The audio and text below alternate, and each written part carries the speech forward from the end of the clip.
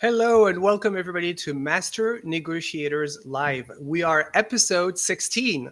I am your host. I'm J.N. Raitt. I'm an associate professor of negotiation at McGill University in the Deshotel Faculty of Management. So sorry.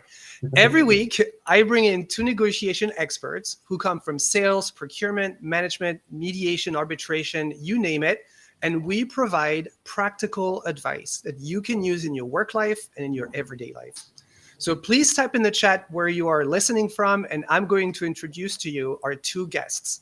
So the first one is Denis Leclerc. He is a professor at Thunderbird School of Global Management. He specializes in cross-cultural communication and global negotiation.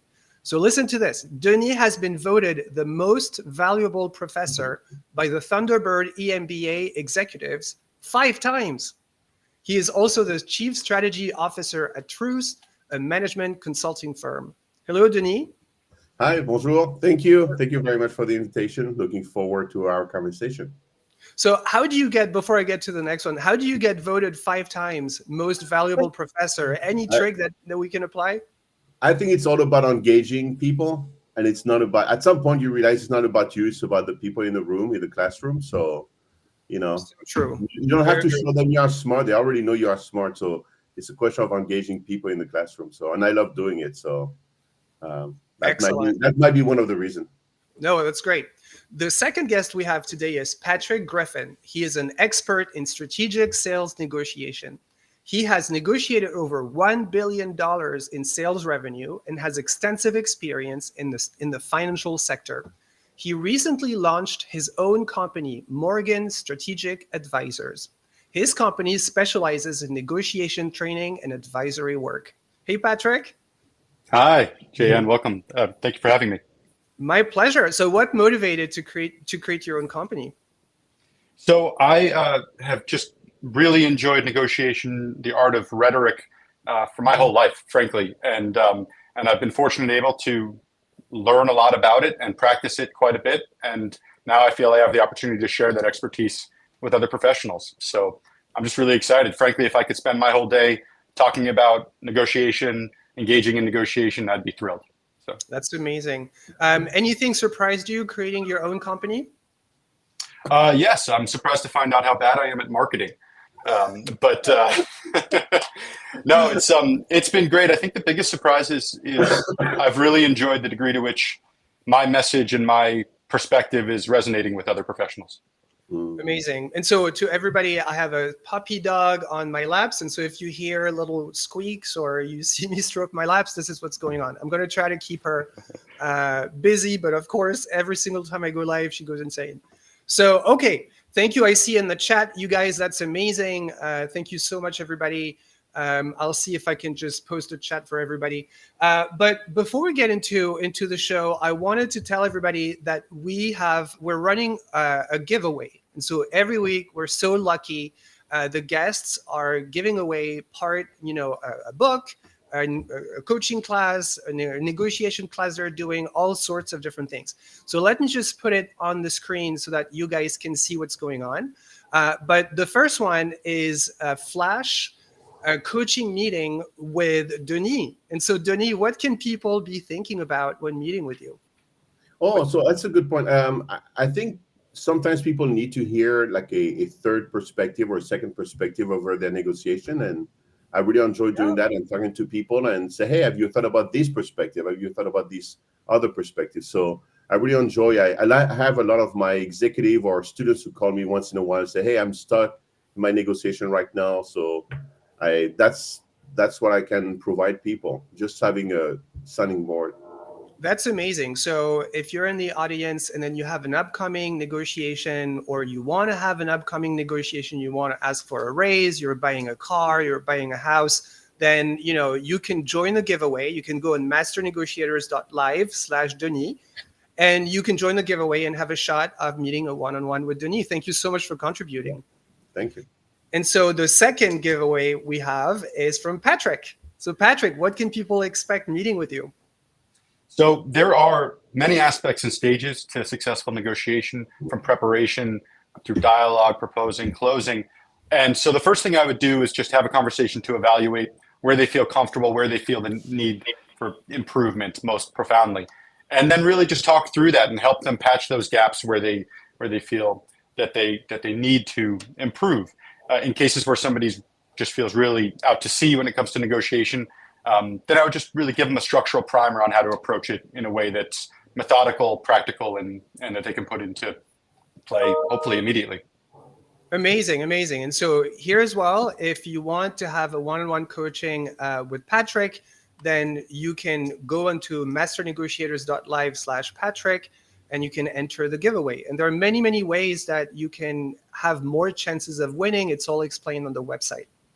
All right, so let's start the conversation, all three of us. And I don't think you guys know each other. You haven't met before. Just once. Yeah. Okay. Yeah. So we're building bridges between people who already a little bit know each other.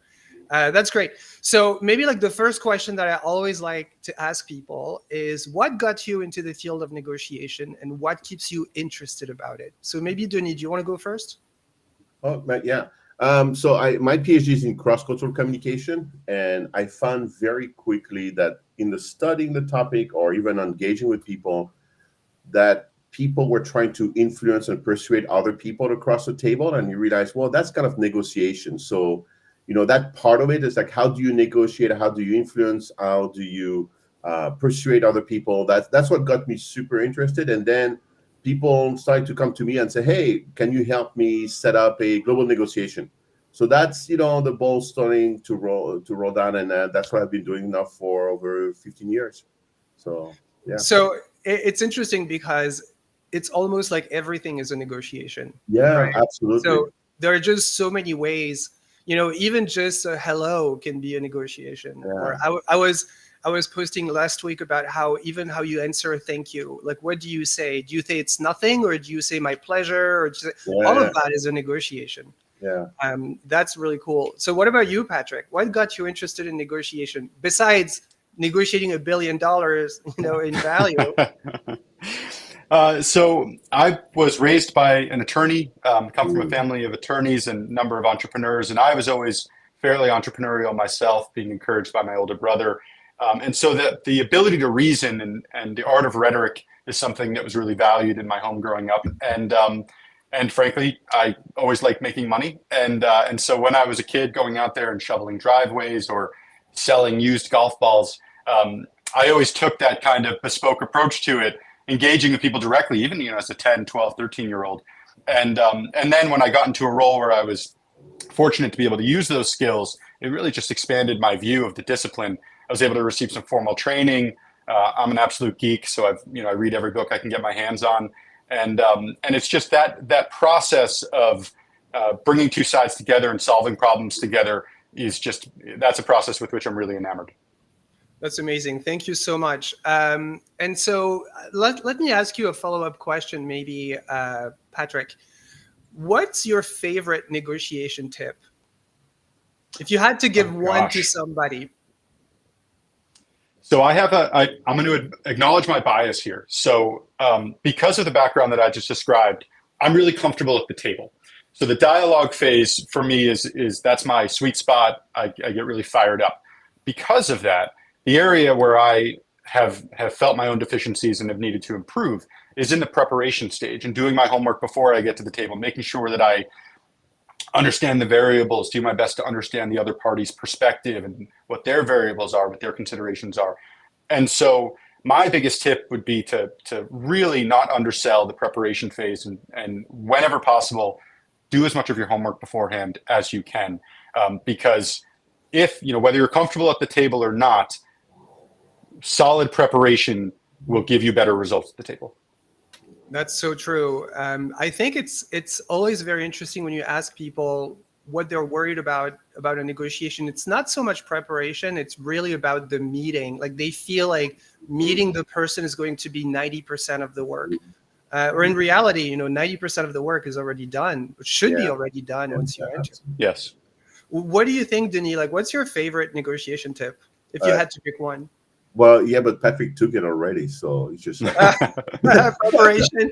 No, it's just like, to me, that's where I spend a lot of my time because that's what I've seen that is really needed in organization. There is such a misunderstanding of what negotiation is all about. So I would say that when you have prep very well, the second skill is to listen. And listening meaning not try to answer the other person's questions or statement. It's especially very important in cross-cultural situation.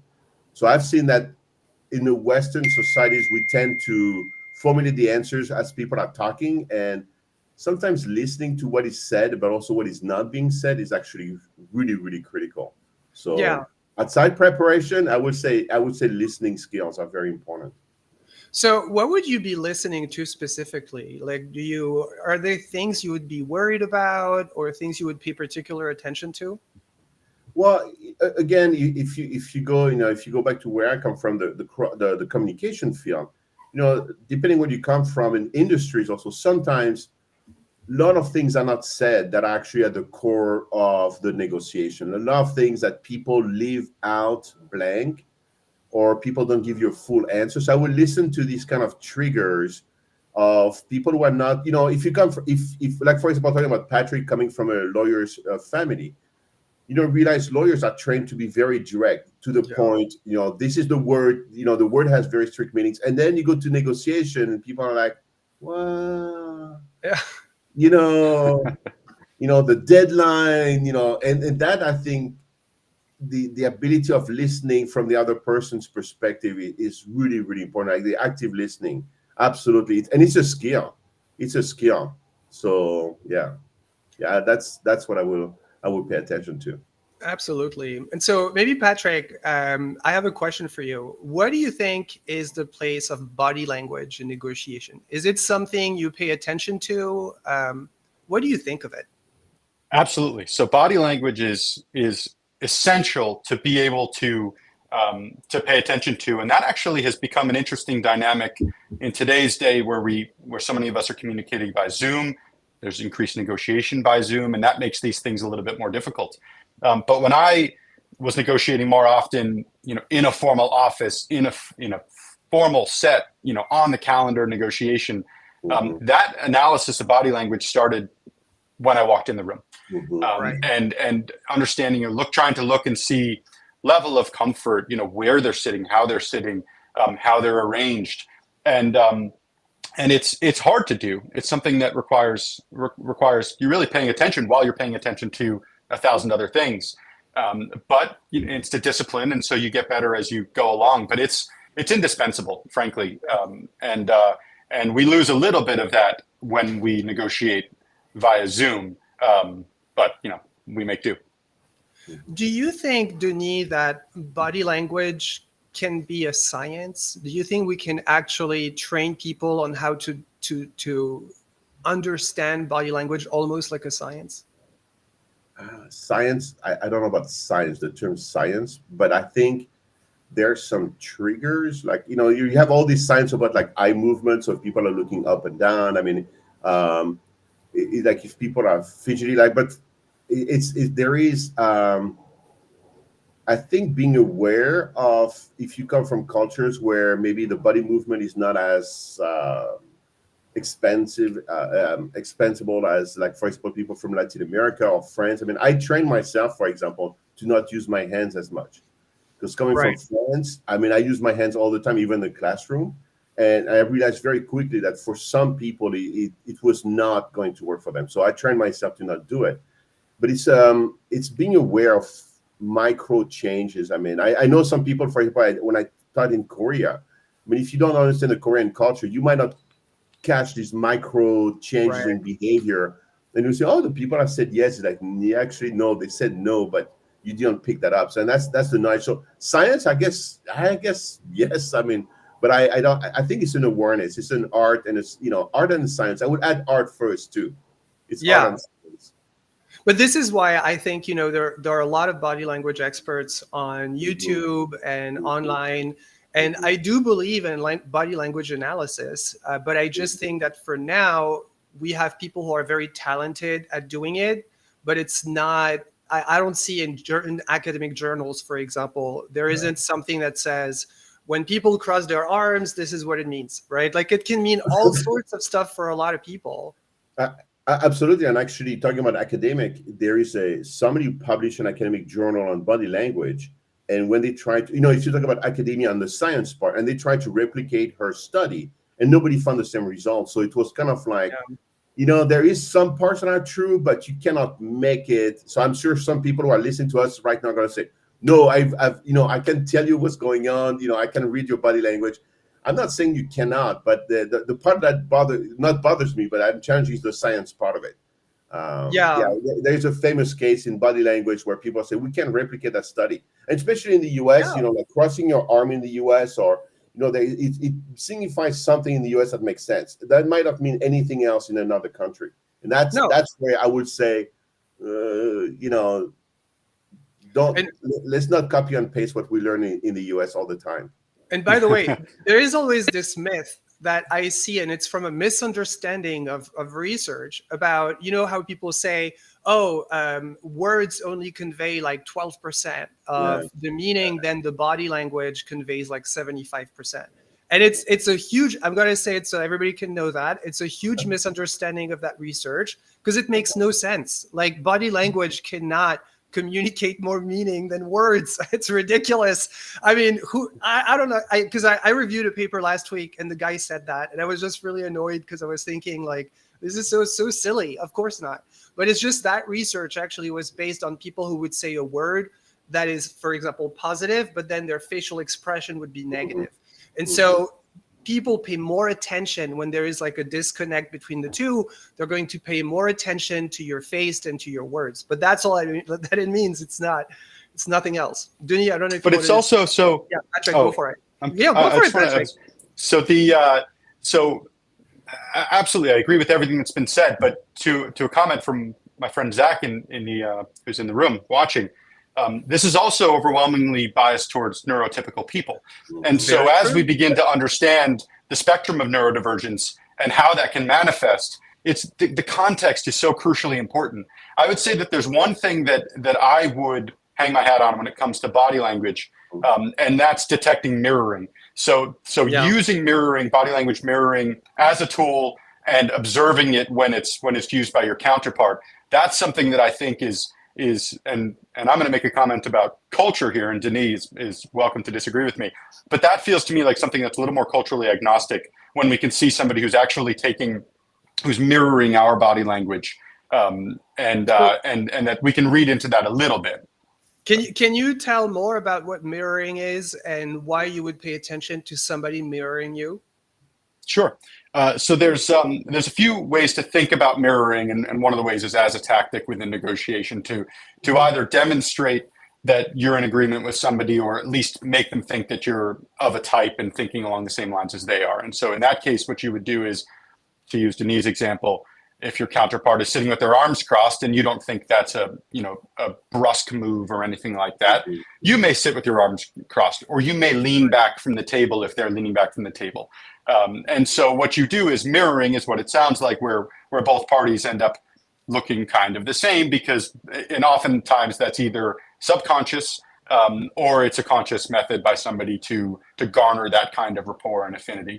And so it can be a deliberate attempt to develop rapport and develop a connection between folks, or it can be a subconscious reaction that people have to a counterpart. Would you see it as something manipulating, or is it just something that you'd see as a positive thing? It depends. So it can absolutely be used as a manipulative tool. It's the kind of thing that has such a I would say a manageable degree of impact that I don't find it that useful as a manipulative tool, except to build onto something good that's already happening. Right. So manipulative in a positive way, yes. I would say that from a deceptive perspective, I would not consider it terribly useful. Right. I agree with you, Patrick. I think when it's done very well, actually, it can almost create a sense of like, I like that person, and you don't realize why. That's why people do that mirroring. It's like the mirroring of, I like that person, I'm not sure why, and you realize they're having the same body language, they have the same expression. I mean, I always give that example to my students about good salespeople have an ability to mirror their potential customers' behavior. because especially if you are doing face-to-face, because it's a very good way to create a rapport. And the brain is still working, finding out like, yeah, I like that person, and you realize, oh, that person is absolutely mirroring the way I'm talking, the way I'm behaving, the way I'm sitting. So deceptive, I agree with you, Patrick. I'm not sure that it would be very efficient. In cross-cultural, though, I can tell you that if you try to mirror, for example, negotiators from Japan or China, like where you have a very broad difference in culture, I think it would be, you could fake it for a while. You could try to be super like cognizant of like, this is, I should not move, I should keep but unless you are really have high level of self-consciousness and you have a lot of training, very quickly kind of your preference who you are will come back to the surface. But you have to be very good. I mean, you have to be super skilled at mirroring all the time. But yeah. And do you think, I wonder, I'm kind of like thinking about it, but do you think there's also something about mirroring where it makes the person seem more polite or more like respecting your boundaries? So for example, if somebody knocks at your door and they're a salesperson, you might be like taken aback a little bit. If the person is in your face, it sounds a little bit aggressive. But if they give you your space, kind of like the way you're trying to do by, would you see that as something that could work? Well, like for example, like when I spend a lot of time in the Middle East, for example, and mirroring to me means, from my perspective, or like being able to engage with somebody is respecting the way people talk, like the way, I might have a tendency sometimes when I get super excited, it's like, oh, I already have another question, or I know how, let me jump in and give you, and you realize that's not the way people would talk. So, and that's the part, again, it's the ability of engage on that level. For your salesperson, to tell the truth, I have not seen anybody knocking on my door for like years. So, oh yeah, I have 4 dogs, so nobody shows up at my door. I have a dog, which is not scary at all. I had one last week. Oh, really? And I remember thinking that's odd. Like, that's weird. Nobody does that anymore. Yeah. No, exactly. That I would be more suspicious of that, and I was just like, why? What's going on? But going into a story, I think could be an interesting. The space difference would be interesting. The space, and there's all that research about what makes us comfortable or not in terms of private space. So, and it depends on the body language that you're mirroring, right? So Mm-hmm. if you want to, if let's say for some reason you wanted to intimidate this other person, and they come back with mirroring body language where they're also trying to intimidate you, that's not productive, right? And so which is not to say that you should pursue that avenue, but the actual body language and level of communication that you're trying to mirror is really relevant to that question. Right. Absolutely. And so, yeah, go for it, Denis. To add to what Patrick is saying, that's why I think sometimes people get caught in trying to mirror a behavior they cannot sustain. Like, for example, you're talking about in a negotiation, somebody might decide to portray that they are aggressive or they are disappointed or they raise their voice. I mean, I always tell the people I work with, I mean, if it's not in you, do not replicate, do not mirror that behavior. If you're not an aggressive negotiator, I can assure you 100% you won't be able to sustain that. It's going to drain you. And you might find another strategy to kind of avoid and use their energy for your own benefit. But sometimes you see people just going head to head. It's like, yeah, it's only in movies. I mean, unless you really have the ability to do that, I would say just don't do it. Don't mirror that behavior. One of my colleagues now who she transferred to Columbia University, but her name is Patricia Hewlin, and she does a lot of research on facades of conformity. And so it's basically when you're a person with personality X, for example, and then in a work environment, you're forced to display a personality Y. And so she says that people get really, it's a lot of emotional work for people, especially she was giving an example of the banking world, where she had to be like very aggressive, but she didn't feel aggressive. And so it was really hard for her. Yeah. No, that's there's a whole strain of research on that level. That's a good example. And that's something where. Yeah, Patrick. So, being a person in sales, having been a person in banking, and also moving. So I moved partway through my career from New York City to a smaller community. with a very different, it was a few hundred miles, but a very different style of communication, a very different style of sales. And I also changed industries. And so I was working with a different type of customer. And so that I haven't heard that term before, facade of conformity, but it's really resonates with me because I feel like I frankly had to fake it till I made it for a while because it was necessary for me to change my communication style. And I had to fake it for a while. Absolutely. Yeah, same for me. But I think, it's nice when you reach a level where you can just be authentic, where you can just use your own style, even if it's not something that other people would do, like it works for you. So you just do that. But I have to say, how can you know what's natural to you unless you try it, right? So you have to give it a shot. And so maybe you both have experience coaching and teaching and training executives and more senior employees. So I'd like to know, maybe Denis, what are typical things people struggle with at that level when it comes to negotiation? So that has been my experience. One is the prep. I mean, I can, as Patrick said earlier, I cannot.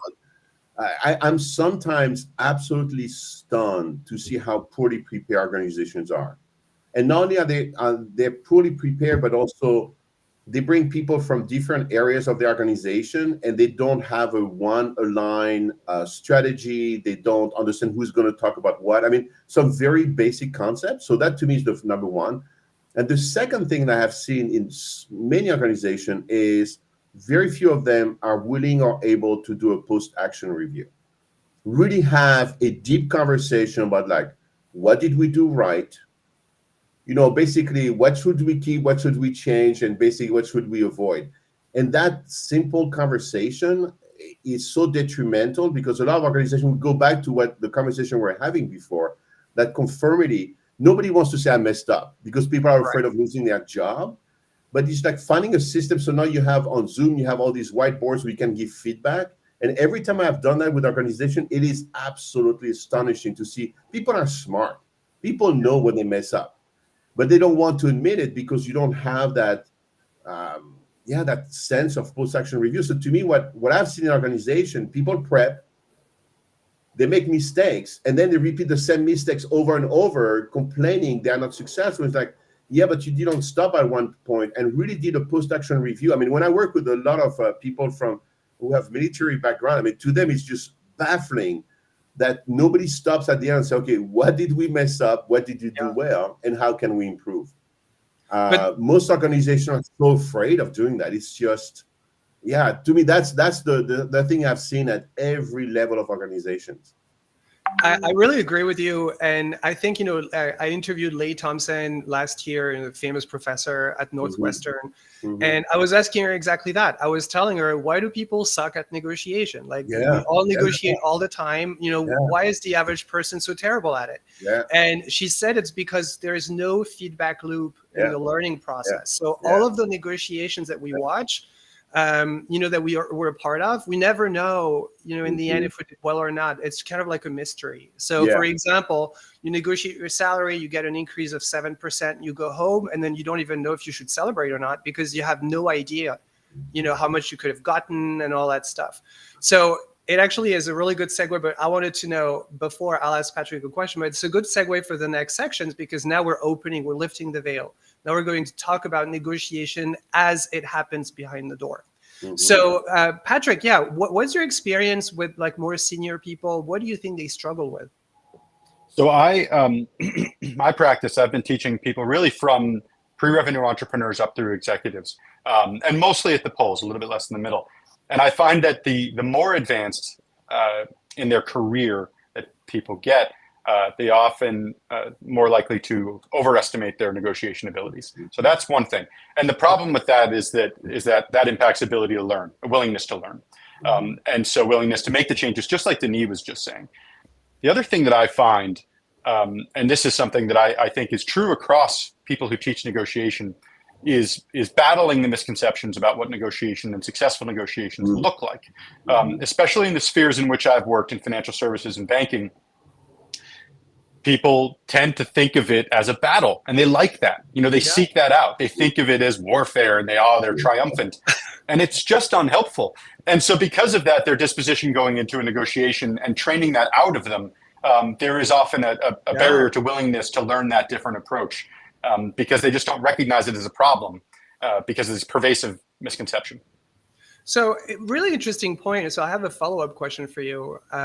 One thing that's interesting about negotiation is people come from all sorts of different fields, right? You have sales, you have procurement, you have law enforcement, you have all sorts of fields. And so you were talking, Patrick, earlier about sales, and you were talking about lawyers. What can you say about their negotiation style? Are they more naturally comfortable with negotiation? Because they self-selected into that job that's pretty conflictual, both for lawyers and salespeople. Do you see a difference in style? Massive difference in style. So the reason for that is their orientation, right? So a lawyer's job is to mitigate risk. A salesperson's job is to grow the company, is to grow opportunity. And so those are wildly different motivations. And because of that, they're also different kind of self-selecting groups. And so I find that, I mean, my best practice, frankly, oftentimes negotiating was I kept the lawyers as far from the table as I could, because we wanted to, but the lawyers were not incentivized the same we were to grow the business. We needed them as risk mitigant, but they weren't negotiating the real deal terms anyway. They were negotiating more protective terms later on. And so and there were two stages, right? There's multiple stages in that case. But the disposition and orientation between for lawyers versus salespeople, they're aligned differently, they're incentivized differently, and they have to care about different things. And so their styles end up being quite different. What's your opinion, Denis? So Patrick, you use actually a term of getting the lawyer out of the away from the table. So this is my experience when I work in organization. When I always tell people, look at your organization, your negotiation. What's your biggest bottleneck? Everybody's like, lawyers. Yeah. It's always the same. The poor lawyers in an organization are just like, they are hammered on because they say, you are slowing us down, basically. And I think you articulated that very well in terms of sales and law and legal have two different constructs. And so the reason why, so I was talking to a friend of mine in the law school at Arizona State University. And so we're creating a negotiation program to help the business people understand how the lawyers, the legal department works in an organization. And so we're going to launch that next year. We hope to have like lawyers and people in business to have a conversation, because the bottom line is the legal department is needed in an organization for what you articulated, which is like, hey, they're trying to mitigate, risk. I mean, that's the number one function. And the rest of the organization is all about sales, revenue, and we need to move forward. And that's the same talking about the prep. I mean, like, how do you get these two almost conflicting areas to come together so that you are very powerful? But it's a great point. Thank you. And if I may say, so Denis, I really appreciate that comment.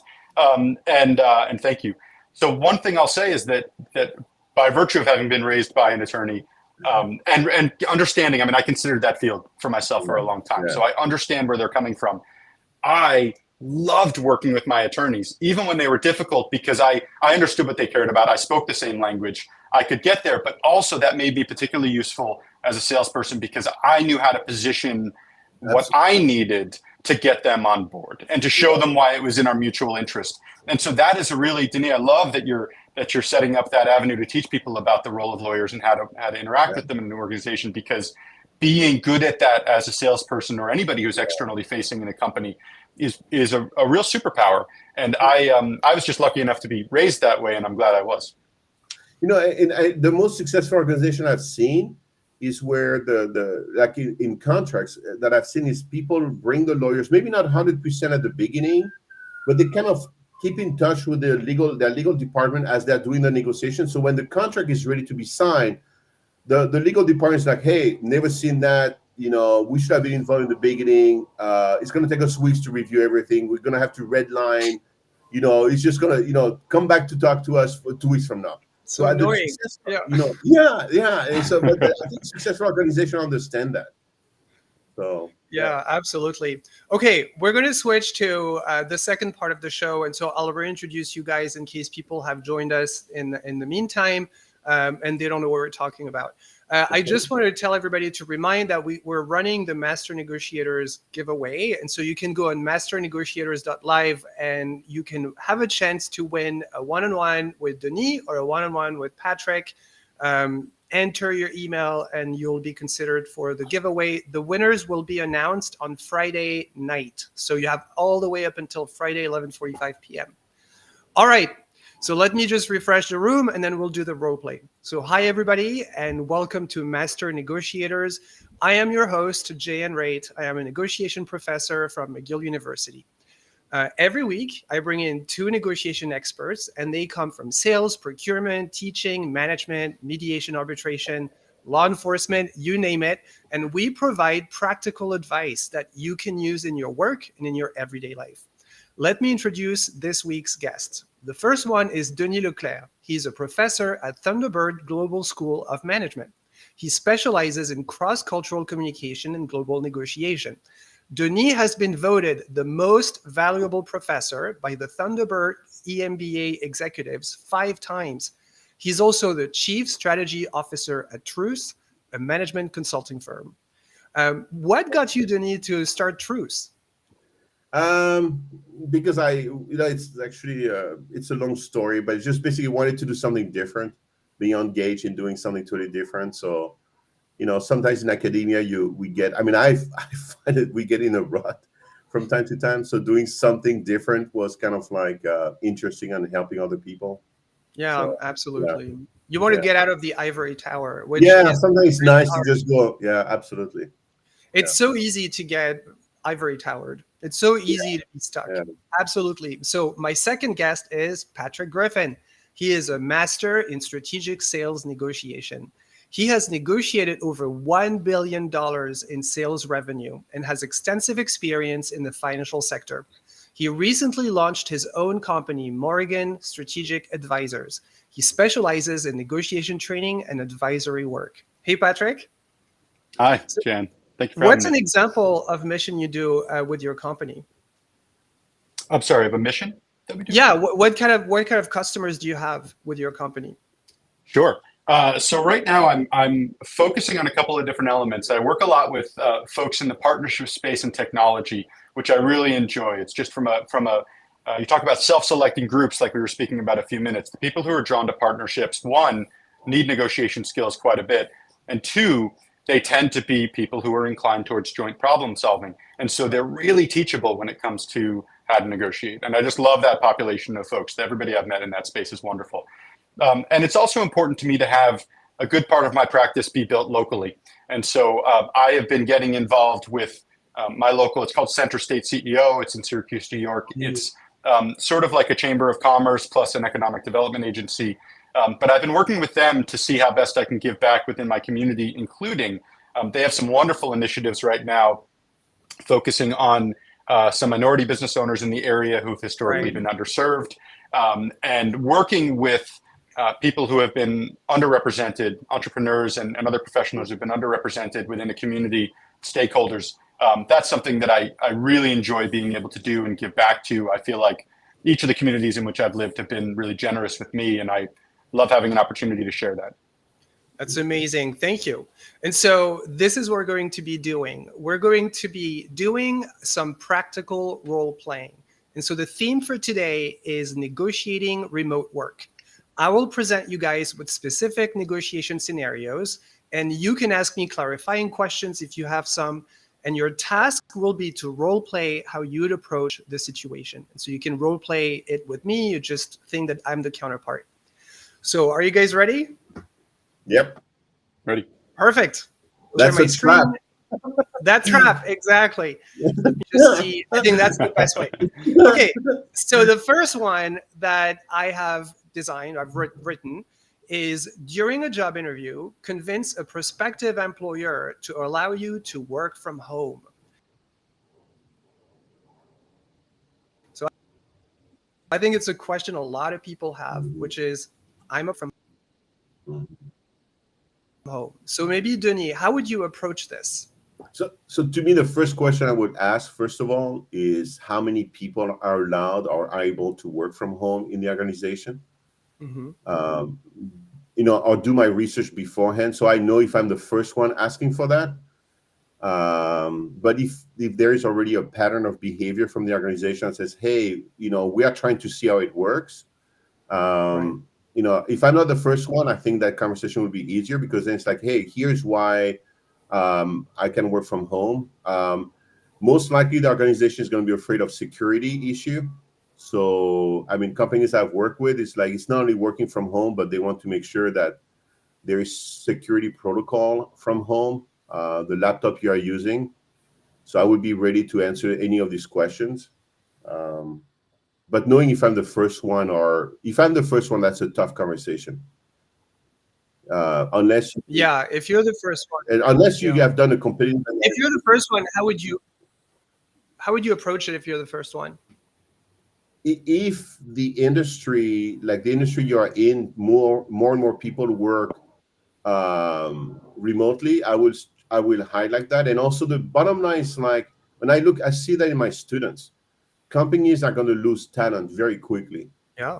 If they are not willing to be flexible and allowing people to work from home. Not everybody can work from home, but I think organizations have to really. Everybody talks about talent and the pipeline. It's like, let me tell you, the pipeline coming up right now, graduating from universities, working from home is pretty much a given. If it's not every day, at least 2 or 3 days a week. And I think organizations need to have an answer. I shouldn't have to ask for that as an employer. As an employee, I should be able to have the employer saying, hey, this is what we have. This is the prep. This is the prep, or this is what we can do for you. I'm more likely to worry. But it's interesting you're saying that, because I actually did my Ph.D. On remote work before it was like a cool thing. And something that's really interesting during the pandemic is a lot of people were telling me, well, I'm just going to bring everybody back. Like, everybody's going to come back and all that stuff. And I was always telling them, like, you're going to lose your top performers. Yeah. Like, all the ones that are low performers have no alternatives. They're going to stay with you. Yeah. And you have a competitor that will have, like, they can just go to the market and then pick and choose among your top performers. Yeah. Absolutely. So what about you, Patrick? How would you approach this conversation? So, Denis, great points that you made. So the first thing I would look at, as Denis said, is I'd figure out whether there's already precedent for this. And if there was precedent for it, I would ask questions to understand how they make that decision. How do you evaluate whether an employee is eligible to work remotely? What do you look for in those cases? In a circumstance where I have no reason to think that they have any remote or hybrid employees at the time, I think my first question would be, in this day and age, it seems like remote work is increasingly common. You don't seem to have it. I'm wondering why that is. What decisions you've made and what challenges you've seen associated with remote work that makes you, preclude that option. And just try to understand their perspective through that. And then, as I understood it, my next step would be really to highlight the benefits of me working remotely.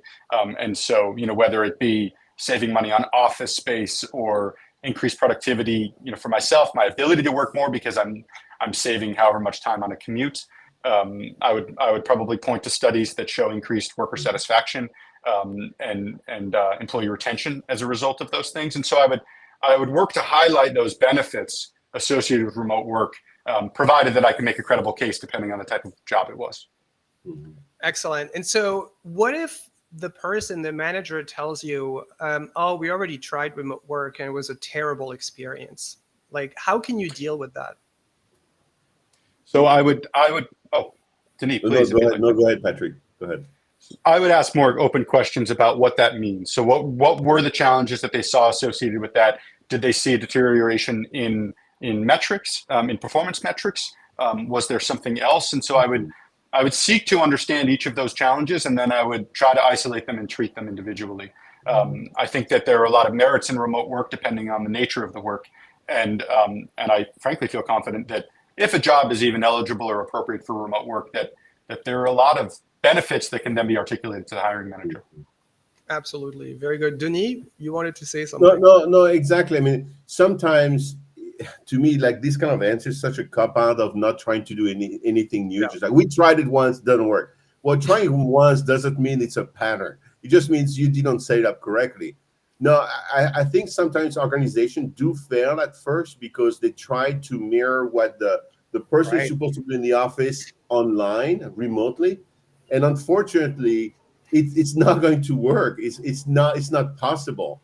And so what you have is, I know organizations that can have people sometimes having locked keyboards to make sure they are really performing 8 hours, like doing the job. But it's not because you failed once that you should not try at least 2, 3, or 4 times. Because again, to me, at the core, organizations will lose talent. I mean, the pipeline coming in is like, if you say no, it's not going to be viable for them. There are very few industries that can afford to tell people, hey, you know what? No, you come to the office 100% of the time. It's funny. Basic economics at that point. You make it more expensive to be in person. If you put that burden on employees, then you are going to narrow the population of potential absolutely, 100%, talent. Absolutely. Yeah. It's interesting you guys say that, because I was actually advising somebody who's a CEO of a medium-sized company, and he was telling me he was pretty proud of it, that he had forced everybody to use like a software that basically can see if you're like shaking your mouse or not. And then he was saying that he was tracking down people who were buying a mouse shaker. Now you can actually go on Amazon and you can buy. It wiggles your mouse like every 10 minutes. So you can just leave. I mean, I was telling him, like, if you're worried about this, you have bigger problems than just shaking your mouse. Like, you literally don't know. Yeah, like this is not the way to go. Like this is dumb. This is not the way to go. And by the way, the people who are dishonest and don't get their work done, they were doing the same thing in the office. Absolutely. Like we need to stop holding the office as like this pinnacle of productivity. It's not, it's just one way of working, and tons of people were just going in all sorts of meetings and wasting time and pretending to work and all that stuff. But for some reason, people are very worried about remote work. But it's interesting because you guys were talking about metrics, and I think it's the next one. Let me just see. No, so it's the one right after. But so this one, the question is, as a manager, lead a team meeting to allocate a limited budget for home office setups. So imagine that you have a limited budget. How do you allocate it efficiently so that people are, satisfied about what it is? Who wants to go first? Are these? So I have a couple questions. Go for it. So this team I'm leading, are they all performing the same function, or are there different functions being performed by different employees? Functions? They could be different people. Like one of them could be an administrative assistant. 2 people could be sales. Like it's really just imagine a small company, and people do various functions, but they all have the opportunity to work from their home office.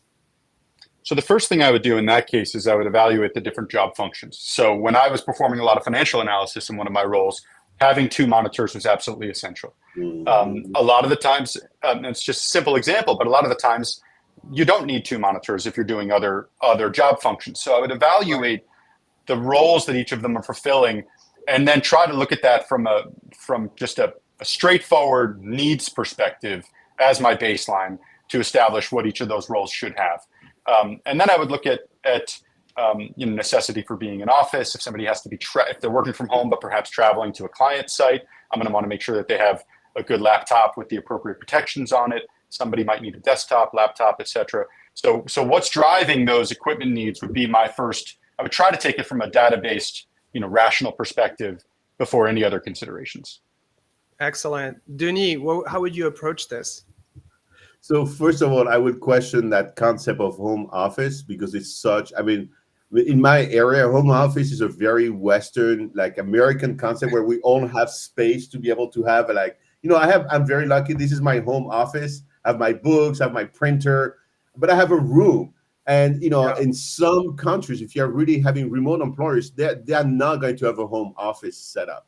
What they're going to have is working from the kitchen counter, it's just like finding a space. I mean, it's like that concept of home office. So the budget for the home office, I think some companies have already done that calculation, quite frankly, because if you think about getting rid of a like the law firm I use for my business, they went from having 12 floors in a tower before COVID to suddenly having all like 200 lawyers working remotely, and now they're down to one floor office in another tower in Phoenix. And guess what? They are still making money. So I'm sure for them, like the money they save in renting the space, 12 floors, they have plenty of time and money to set up an home office for their legal department, for their lawyers, for their attorneys. So the limited budget to me is just like, I don't know, it depends. Some people might need a desk.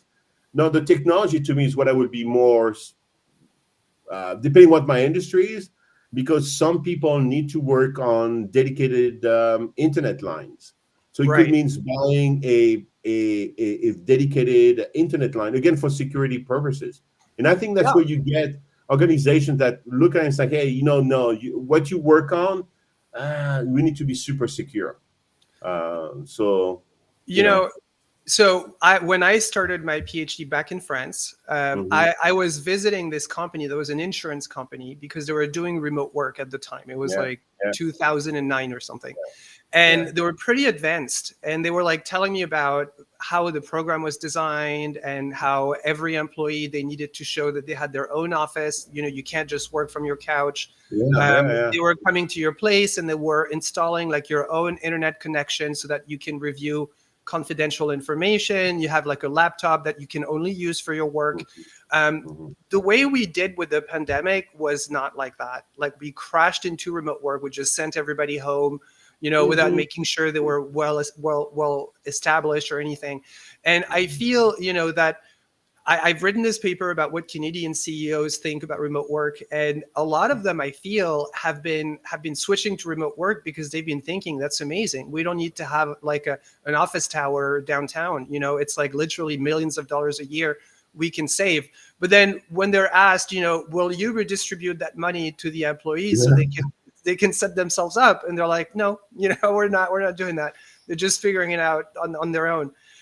So follow-up question on this one. And so maybe Patrick, you can tell me, how would you deal with an employee who thinks that their status, makes them deserve maybe more than the other ones in terms of the budget? I would give them an opportunity to make their case. And I would try to have a one-on-one conversation with them. I don't think that's something that would be appropriate for a team meeting setting. So I would take it on the side, and I would give them a venue and opportunity to make their case. I would listen. I would frankly be kind of circumspect if it was just based on status. But as a leader and as a manager, this is how I've always tended to solve problems, is that combination of group and individual conversations, because I really just want to understand where people are coming from and engage with them on that level. So, it could be that this employee has some very relevant points. I'm assuming it's solely based on status, but perhaps they need a little bit more budget because they need certain accommodations. So I'm here at a standing desk, and I really enjoy the opportunity to be able to sit sometimes and stand sometimes. And frankly, it's very good for my back, with which I have some difficulty sometimes. And so, perhaps it's an accommodation issue, right? And then it becomes a different conversation entirely. And then I find a way around my assumptions, which were erroneous, right? So trying to engage and really give that person a chance to voice their perspective would be my first step. Right. Very good. Thank you so much, Patrick. What about you, Denis? How would you manage somebody like that? I would do what Patrick said at the beginning was very important. Like, do not have that conversation in front of everyone. Yeah, not pointing fingers, yeah, not a good move. But I think the conversation, because again, maybe that, and again, from the status perspective, it's like it could be just like they need something more because of their function, and that is kind of like it's, and that might be absolutely needed. And that part is like, that's another story. So I totally agree with your perspective, Patrick. But there is something, right? Like people have two windows, in their office, and it means something. Some people have one window. Like, how are they supposed to show their status if we're all on Zoom, right? Like, I don't know. They should put a bunch of musical instruments behind them. Yeah, exactly. Yeah, and your subordinate is only allowed to have 3 and not 5. Yeah. How dare you? You know, like yeah, you can't do that. yeah. That reminds me of like faculty choosing the offices in a new building. Oh Like my the God. senior. You see, Ugh. It's, you I know. mean, I'm telling you, like we have Oh, like the corner offices are just oh for my chair God. Yeah, professors. If yeah, you're a lecturer, there's no windows. You have to be yeah, yeah, without yeah, windows. If yeah, you're an assistant professor, you can have on the 3rd or the 5th. I mean, it's crazy. It's yeah, insane. no, But yeah, people care about that. You know, people no, care about that stuff. You know, yeah, they don't want, people are worried that they're going to lose something. And so they yeah. just want to make sure they get it. All right, let's do the last one. And this one is kind of like a broader conversation, but it's as a team leader, negotiate appropriate performance metrics for remote workers. So imagine, right, that your team is mostly working from home and you have to renegotiate performance metrics. That's always a very touchy, like a very touchy topic because people are always worried about changing their pay or agreeing to something that might turn against them in the future. So maybe Denis, go for it. How would you approach that potentially conflictual situation? So I'm going to evade that question again for only a Okay. couple of them. One is like because maybe the performance metrics need to be changed, but they might not be need to they might not need to be changed. They might need to be tweaked a little bit. Right. Because it depends what you're like. For example, if your one of your performance metrics is revenues, and you're in sale, or if it's in be able to pull basically data analysis. I mean, is it just to show up at the office? That should not be a performance matrix. No. Having people. So that question I understand because it's kind of so tricky. I mean, I know like people are bombarded with meetings. Now you have software that will measure the performance in meetings.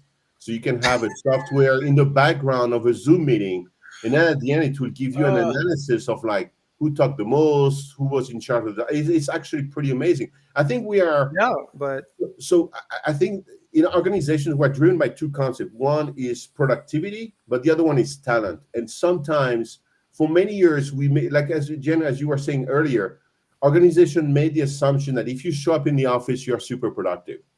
yeah.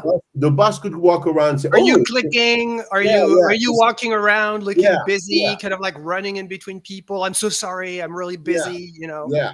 You But look and busy. now, so that part, that aspect has been removed, and now people are like, well, how do I know that you are very productive? That if you work from home, that basically you're going to do your job. Right. And that, I think, where the performance matrix. So that's why you have a lot of organizations that switch to working on projects. Yeah. And it's a very different conversation. So, like, basically every week you are supposed to finish these 3 projects. Now, if you are done on Thursday afternoon, that's what you had. Well, you are done on Thursday afternoon. Now, it doesn't mean that next time I need to put 2 more projects for you. But that is the 21st century conversation. And I think it's due to 2 things. So, talking about performance matrix, think about it. One is COVID, so you are remote. But to me, the one that you have not asked us a question is AI. Yeah. Because then it's just like, to me, these 2 keywords are totally transforming. It's the biggest change I've seen in the field of negotiation ever. Because, and so then it's like, what do you do with performance metrics with AI? Mm. And that it's another can of worm, but it's just really like, yeah, but what is performance metrics for remote workers? Yeah. And I think organizations are still trying to take the face-to-face, I see you every day, you come to the birthday party, or you didn't show up to the birthday party at 10 o'clock. You're nice to me. You're Yeah, nice to me. I like yeah, you, which is like yeah, such a big important part of it. But yeah, yeah, a lot of times people who are very, very much against remote work, they're very attached to these proxies, right? It's like these yeah, peripheral yeah. measures of productivity. But who cares? I remember before starting my PhD, I had a company and it was a web advertising company. And I had this guy that was one of the employees who was really severely underperforming. And so we were having a meeting with him about his performance. And I remember vividly, he told me, but I'm here before everybody else and I'm the one to leave at night. And I told him, it was like, I don't care. Like, it's irrelevant. I would prefer if you left early after being done with all of your work. The fact that you're staying long hours is admirable, sure. But if you're not getting the results, then I don't care. It was nice of him to tell you that he got poorer results even though he put in more time. Yeah, exactly, right. Like, but also, I think one of the issues, right, and this is, you were talking, Denis, about AI, and we're talking about all of this. I think one of the topics that really emerged with remote work is the 4-day work week. Mm-hmm. And it emerged because a lot of different companies and countries have decided that it's really, they needed to stop penalizing people for being productive, which is exactly what Denis was saying. You have somebody who's done on Thursday, that person is never going to say they're done on Thursday. No, otherwise, next week, they will have twice the amount of work. Yeah. So the 4-day work week says, you can go home on Thursday night. You just need to be done with all of your work. And because people know that they're going to benefit from it, they're willing to do it. But I was reading that so many employees are using ChatGPT, but they're not saying it. No. Because they just worry that people are going to have so much more expectations for them. Yeah. Let me tell you, that question to me is such a good question, because you have two things that are very good in that question. One is the negotiating, because it is truly the core negotiation, and the performance metrics, because again, that to me is, and people who do research in org behavior, I don't know where they stand on that, but I think Google may be the company that has, they took the performance metrics and turned it upside down, basically, my understanding. They do things that are super interesting in terms of performance metrics, where there is an understanding that you have a 70-20-10, and that, and that to me is so, and they were doing that 10-15 years ago. Yeah. So their performance metrics is like, hey, listen, that you're in the office or not, your brain is still working. You're still thinking about issues. We want your talent. That the talent is what we're looking for, not if you show up in the office. But so many organizations, that's the performance matrix. And how do you do it? Yeah, and then they organize meetings about, you didn't click enough last month. Like, we have a little bit of issues with clicking, so you need to click more. And I would ask, in that case, I would say, great. If that's my job, is clicking on this mouse. Yeah, I'll just buy this machine for $10 that clicks screen. It's called the mouse wiggler. Like, it's crazy. It's insane. Of course that exists. Yeah. But Rick Beitman in the chat is making a great point. So you measure on outputs, not inputs. And so this idea of focusing on clicks and keyboard activity and everything is so irrelevant. And that really shows me, and irrelevant but pervasive. It shows me that we have a hard time measuring how people do administrative work. But what you need to do is look at the results. And so to my mind, absent outside factors, right? So COVID was tricky also to measure performance because the economic impact was so dramatic. But if, absent those other factors, if somebody's working remotely, ideally, there should not be a deleterious impact to their productivity. And so therefore, I don't think there should be a change to their performance metrics. But and I think this is really a point that you both have been making throughout this, is that what the manager and the leaders need to do in that case is examine their own biases about what they consider a performance metric versus what is actually a performance metric. And so this imagined activity or seeing somebody buzz around, I've had managers who spent all of their time buzzing around and they were amazing social butterflies and they managed people that way, but they didn't actually get the work done because their job then became just demonstrating that they were working, even if their pen wasn't to paper. And it really requires walking around to people. I'm a social butterfly. That's a nightmare manager, by the way. Somebody was telling you, I'm a social butterfly. I'm always going to stop 10 times a day by your office. Already saw you. It's interesting to me. It's because I've heard a lot of managers and CEOs explain to me, I'm so nervous. People are working from home. I can't monitor if they're actually working. I don't see them working. I need people to be in the room with me. And I always tell them it's the same thing as giving a teddy bear to a kid that's worried about the monsters under the bed. Like, you're feeling safe because you have your teddy bear, but if there's a real monster under the bed, it's useless to have a teddy bear. It's not going to help you. You're going to get killed by it. So it's really just watching people looking like they work is dumb. because people have been doing impression management since the beginning of time. Looking busy, walking around, making it seem like they're working. Like, if you're really worried about this, you need to look at your metrics. All right. Yeah. So let's switch now to the last part of the show, which is when we're going to be talking about, I don't know if you guys can read it, or maybe I need to put it full screen for this. Let me just put it full screen to me just for this one. All right.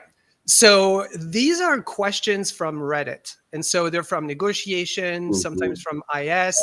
And I reworded them a little bit because sometimes people are a little bit long-winded, or they're not expressing themselves like super clearly.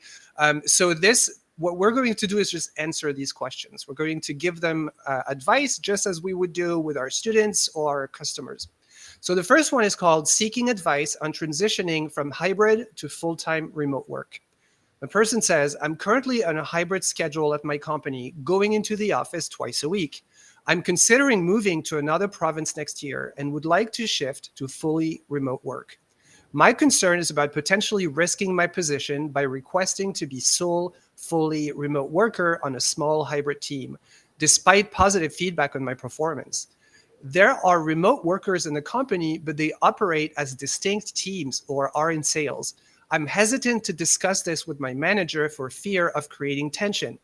I'm thinking of securing a job offer elsewhere before initiating this conversation as a safety net.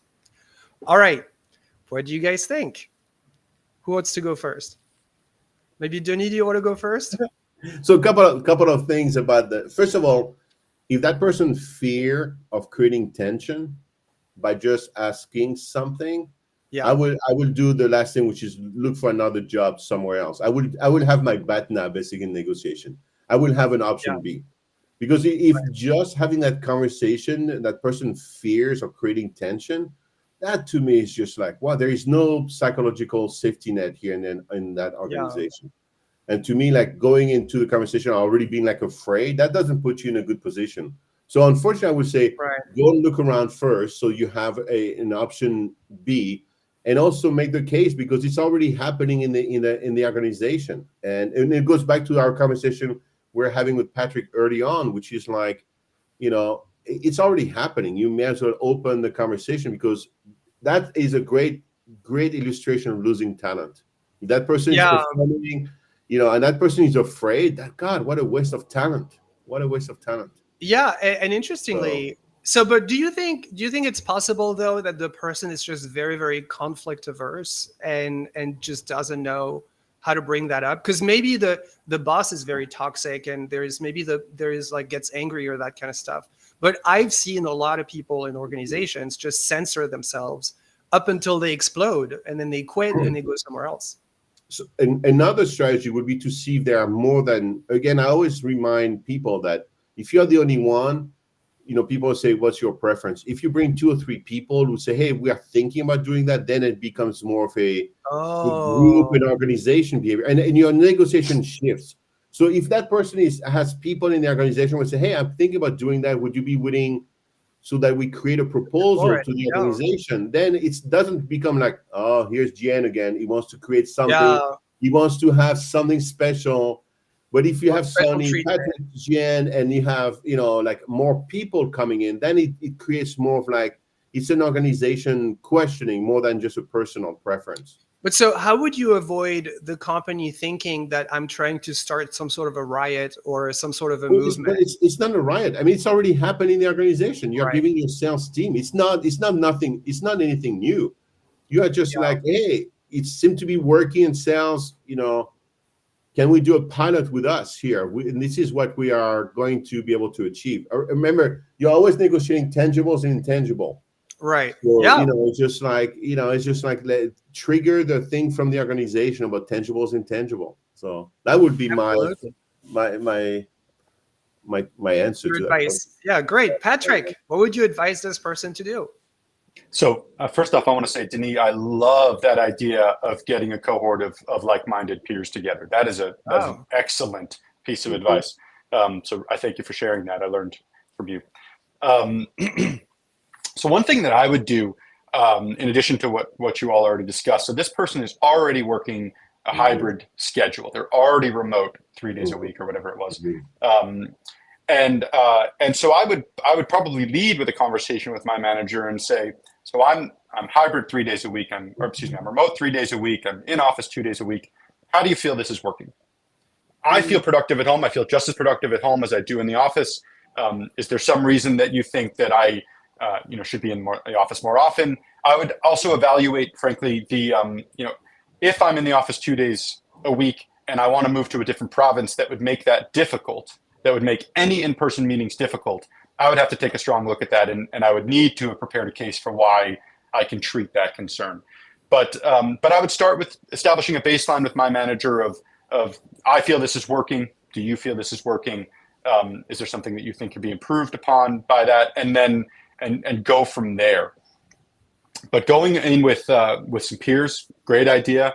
And then identifying, I would say, for those parties that are already working either as a team or in sales remotely, I would find the commonalities between my role and their roles that would allow me to be as effective as they are. The company's already comfortable with this. My role is similar because of X, Y, and Z. And I think this is something we should consider. If I can jump in and add to, Patrick, what you're saying, and give you an example of an organization. So I'm sure everybody knows Smuckers. They make jam. Right. CEO is a T-Bird, so he's a Thunderbird. But here's what they learned from COVID.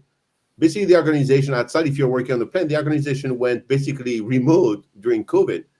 And it just came out like 9 months ago that basically, I think it's 28 days a year where you have to come to the headquarters. But otherwise, they're not forcing people to come back or not. And they look at it and they say, you know what? We were so productive during COVID. We didn't lose productivity. We didn't lose talent.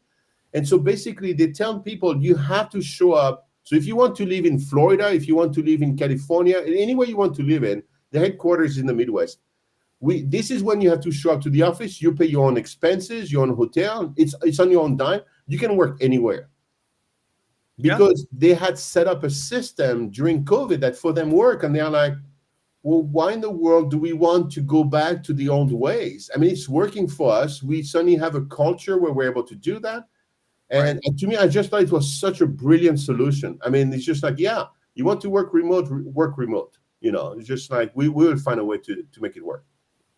I think it's all a matter of status quo. I think this is, before the pandemic, when I was doing my PhD on remote work, I remember people telling me, JN, like, this is not interesting. This is 3% of the population. Like, start thinking about the 97%. Like, why are you so obsessed with the 3%?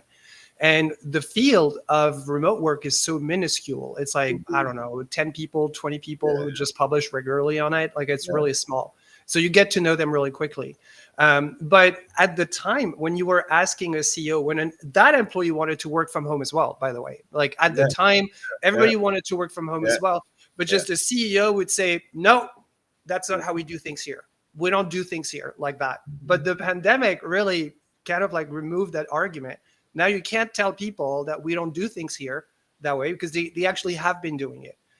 So I feel, it's a situation. I know we had this question, not this one specifically, but I think last week.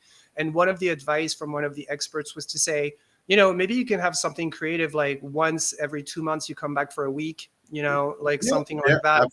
If the boss is like worried that there is like something every semester, there is something that needs to happen. And you can say you come back for these times, but you don't come back for the rest. Doesn't have to be weekly. No, absolutely.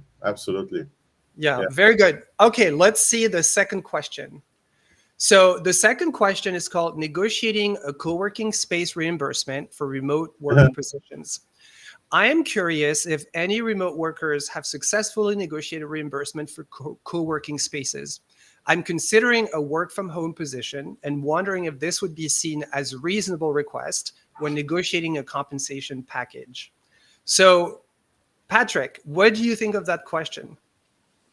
Oh man, I do have feelings about this question. This is a really challenging one for me because there's a lot more detail that I would want in this case. So how far is this person from their office? How long have they been working remotely? Why is it that they want this construct where they're working remotely, but they also want to work in a co-working space. Right. And the challenge there is also that this these kind of conflicting impulses, right? So if you want to pitch a case where your company loses some of the cost advantages of you working remotely that they save on real estate and Right. potentially technology and overall space, then I mean that's going to be a hard sell. And so I think the first thing I would do if I felt an impulse to do this is to really examine my own motivations of why do I want to work in a co-working space, but I don't want to work in my traditional office? Because as a manager, that would be my first question. And so this is a terrible answer to this question because I'm not actually answering anything, but this is a challenging scenario to post. And I don't even know that I would feel comfortable pitching it because it's hard for me to see the incentive. Now, if there were still cost savings available, that's one thing. Maybe if they did some cost sharing for the co-working space. But to Denis' points earlier, I would then have new concerns about security. If I were a manager, if I were leading this company, I would want an opportunity to evaluate the co-working space and see if they meet my criteria. So it's, I have feelings about this. I don't have good answers because I think it's a really tough sell, and it's hard for me to see the value proposition for the employer. Yeah, very good. Thank you so much, Patrick. Denis, what would you think about it? Yeah, that question is stopping the chump here. Because that's true. It's like, why do you unless you have no ability, you have no space at home, so that could be an issue. So you are not set up at home. Being reimbursed for co-working space, so in that case, I'm like Patrick's. Like, why would I suddenly want to, as an organization, want to spend money on a co-working space for one employee? I may as well create a co-working space and have 10 people. Which is called an office, right? Just called a regular office. Exactly. Yeah. But in the Netherlands, when I was doing a lot of work in the Netherlands in the 1990s, like early 2000, and you saw these people taking the train, going to the next train station, and outside the train station, they had co-working space. Yeah. And it was way before WeWork and all that stuff. It was already done in the Netherlands because they were like, and they did it for one reason. They were trying to lower the amount of traffic jams in the country. And it's like, makes no sense to have everybody driving one car, one person. And so they created this co-working space outside the train station a long time ago.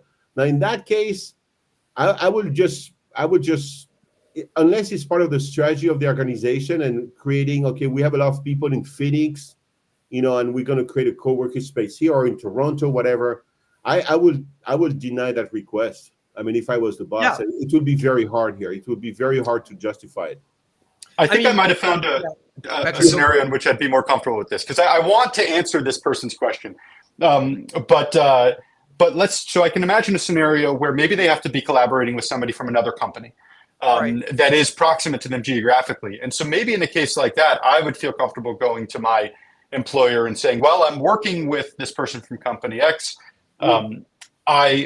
I would love to have space in which I could collaborate with them during the duration of this project. Sure. Now that's something for which there is upside, there's value, there's benefits, and I would feel comfortable going in that case. But the person who submitted this question, I think, really needs to evaluate why they want this, what the benefit is there for, why an employer would ever say yes to this from their perspective. What does the employer gain from this? Because an organization is not going to throw money at something that has no ROI, or it certainly shouldn't. Right. You could have something like, I remember, for example, a restaurant owner that I knew. He was a restaurant director in a group, and he was renting a co-working space because he was creating a new restaurant and literally meeting hundreds of people, like to hire a staff of 100. So he couldn't do that from the restaurant because it was being built. And so the company rented that for him, and then he had access to a printer. He had an office. I could see also a salesperson, for example. I'm not in sales, but I'm assuming if people are regularly asking you for meetings and they come with several people, and I'm assuming it's more convenient to have a co-working space. I'd have to say, for me, I think it's a tough sell. I think it's going to be hard to, especially if you have peers who don't have access to that. Like that's going to be really hard because you're going to have to set a precedent. It can be very expensive. It could be hundreds of dollars a month. No, Mike on the conversation here is asking a good question, but you asked the question earlier about like people get distracted at home and want to come back to an office, and that in that case, I mean, like, we're talking about like all remote work. You know, some people can't. I mean, their work is not set up. I mean, so finding I think what organization has to they have to remember to do is to ask employees what their choice is. Yeah, that's what Smuckers did. Smuckers is not forcing everybody to go remote. It's just, if you want to come in the headquarters every day, we are fine with it. Yeah, just I think this is really the way to go. I often Yeah. get, and thank you so much, Mike, and big friend of the show. I really get this question all the time, which is, but what about people who don't want to do that? Yeah. And I always say, nobody said everybody had to do the same thing. You know, you can have a mix, and some people, I don't know, some people want to be away from their kids. Some people have younger kids; they have to be there to like take them to different places. People have all sorts of things, and you never know what's in their life, right? They might be having like a health issue, can have like a toddler.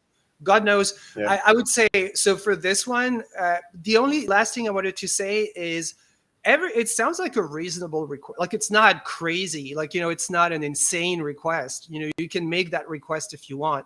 But I would encourage the person to make it, you know, instead of just censoring themselves and growing upset and resentful. But at the same time, it sounds pretty unlikely, unless you're like the only employee and you don't have any peers. Nobody's going to be knocking at the door. It's kind of like when students ask me, oh, can I have extra points for this? And I'm always saying, like, if I do that for you, what do you think is going to happen? Like tomorrow, I'm going to have 50 meetings with people who are going to be asking me that. All right. So let's do this one, which I thought was really interesting. It's kind of like a conflict that people have within themselves. And so I would be interested in seeing how you guys would approach this. So it's called remote work versus full-time office with salary increase. I am faced with a decision dilemma and could use some advice. I have the option to either continue working from home 4 days a week or return full-time to the office with a 40% increase in salary. The catch is my commute would be 45 minutes each way, and my wife, works part-time from home. What would you choose in this situation? So maybe, Denis, do you want to go first? What advice do you have for that person so they can make the best decision for them? So I could give you a goofy answer. Is whatever your wife wants you to do, you go for it. First of all, don't question it, get done. Whatever she says. You know, but on a serious note, though, there's a couple of things, because it really depends how you value your time. Now, if it's to drive for 45 minutes each way, you're stuck. You have to pay attention. Now, if you can take public transportation 45 minutes each way, I mean, you know, it could be a time where you can do something else. You could be reading, you can be listening to whatever you want. I don't know. 40% seems to be a pretty big increase in salary. It depends on the baseline, right? Like, how much does this person make? If you're making 30K a year, then like do that. But if you're making 200K a year and it doesn't really matter to you, you know, your quality of life. But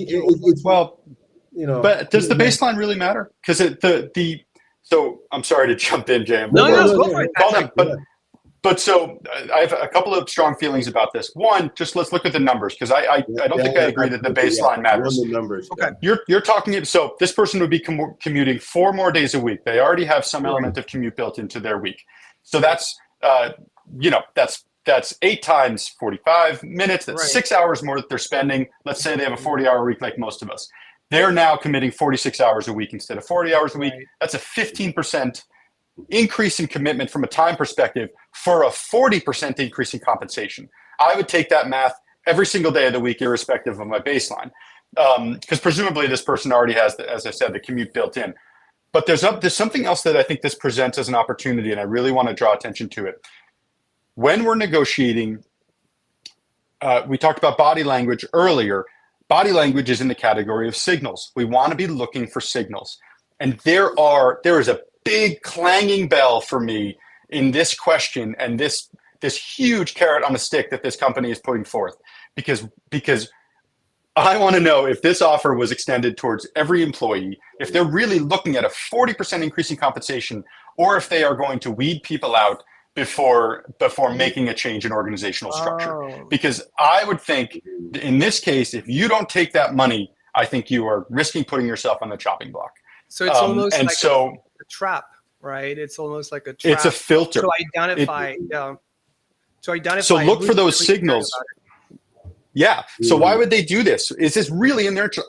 They're all of a sudden willing to pay me 40% more for, I mean, that's for doing the same amount of work from their perspective. It just requires a little bit more commitment from me. There is something else going on there. And so in all negotiations, we want to look for signals when it comes to positioning like this. We want to understand, this is why it's important to understand your counterpart's position.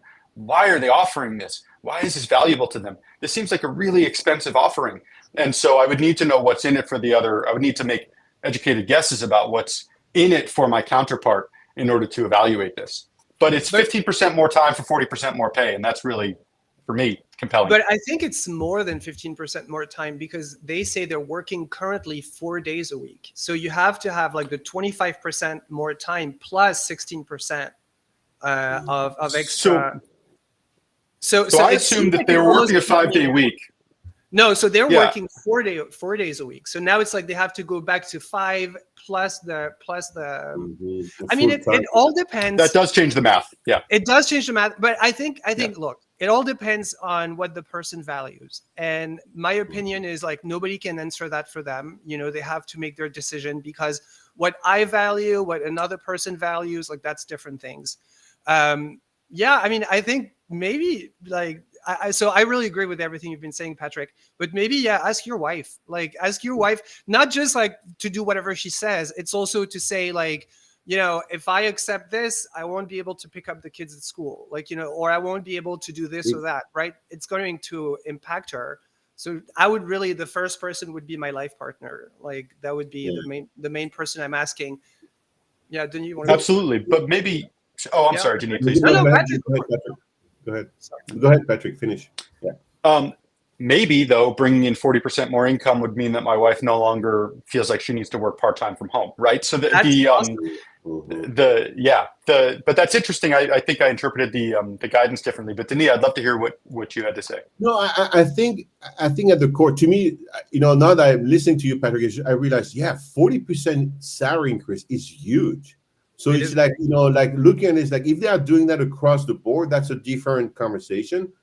But if you are singled out, you know, I don't know how you would find out. But to me, I'm always, and I like Nicole's answer on the side here about the fact that in Netherlands, that's a known issue. Because to me, it's like really, I love the fact that so organization in the US, they always say talking about work and life balance. And then they will throw in something like this that basically is like, so on one end, you're telling me work and life balance. I have a system that works. Why don't you pay me more? You know, I'm not asking for 40%. Why don't you pay me an extra 10% so I can still work remote, change my standards? But it's either or. Yeah. It's not like, you know, so either for me to get my 40% pay increase, I need to go back to the office. And it doesn't mean I'm going to be more productive. And it's going to mean that basically I am going to have extra costs right now because the extra cost is like if I have to drive my car, I mean, we all know. Yeah. I mean, it's not the 40%. I mean, you know, it's just like, to me, it's like. And it's not just that. I think there is also about the work requirements that people have. I would be really surprised if that person was offered for a 40% salary increase without any increased responsibility. Yeah, exactly. Like, the reason they're asking that person to come 5 days a week and to do all of that commuting and all that stuff, I don't think it's because they're crazy and they just want to make sure everybody's in the office. Probably they want them to be like in a managerial position. They want them to be available for meetings and all that stuff. So here again, right, without knowing that person, it's really hard to say, are you like 65 retiring next year, you know, or are you like 20 and trying to get ahead into the company? Do you have like triplets and they're like 2 years old, or do you have like kids who are 18 years old? Like it's all different. But I think at the end of the day, it sounds like you want to know why they're offering that, and then probably talk with your spouse and then see what makes the most sense, you know, for the family overall. Yeah, sometimes money is not I think in the US, people throw money all the time. The problem is like, sometimes the money is not going to solve it. you know. Right. Yeah. But the best thing about the money in this case is it's a really good indicator of what the organization values. Yeah. Right. And so looking into their motivations is I think important. Absolutely. Okay, so we are reaching the end of the show. That's it for me today. That's it for everybody today. Thank you so much, you guys. Denis, thank you so much, Patrick, for coming. If you're listening to us, please go and follow them on LinkedIn. Please go on masternegotiators.live and participate in the giveaway we're doing just in the month of April. We're giving away $3,000 worth of books, coaching sessions, all of that kind of stuff. You guys, I hope we stay in touch. It was absolutely amazing to be spending time with you. Have a really good one. I'll see you soon. Thank you. Thank you. Thank you. Thank you. Bye-bye. Thank you very much. Bye-bye.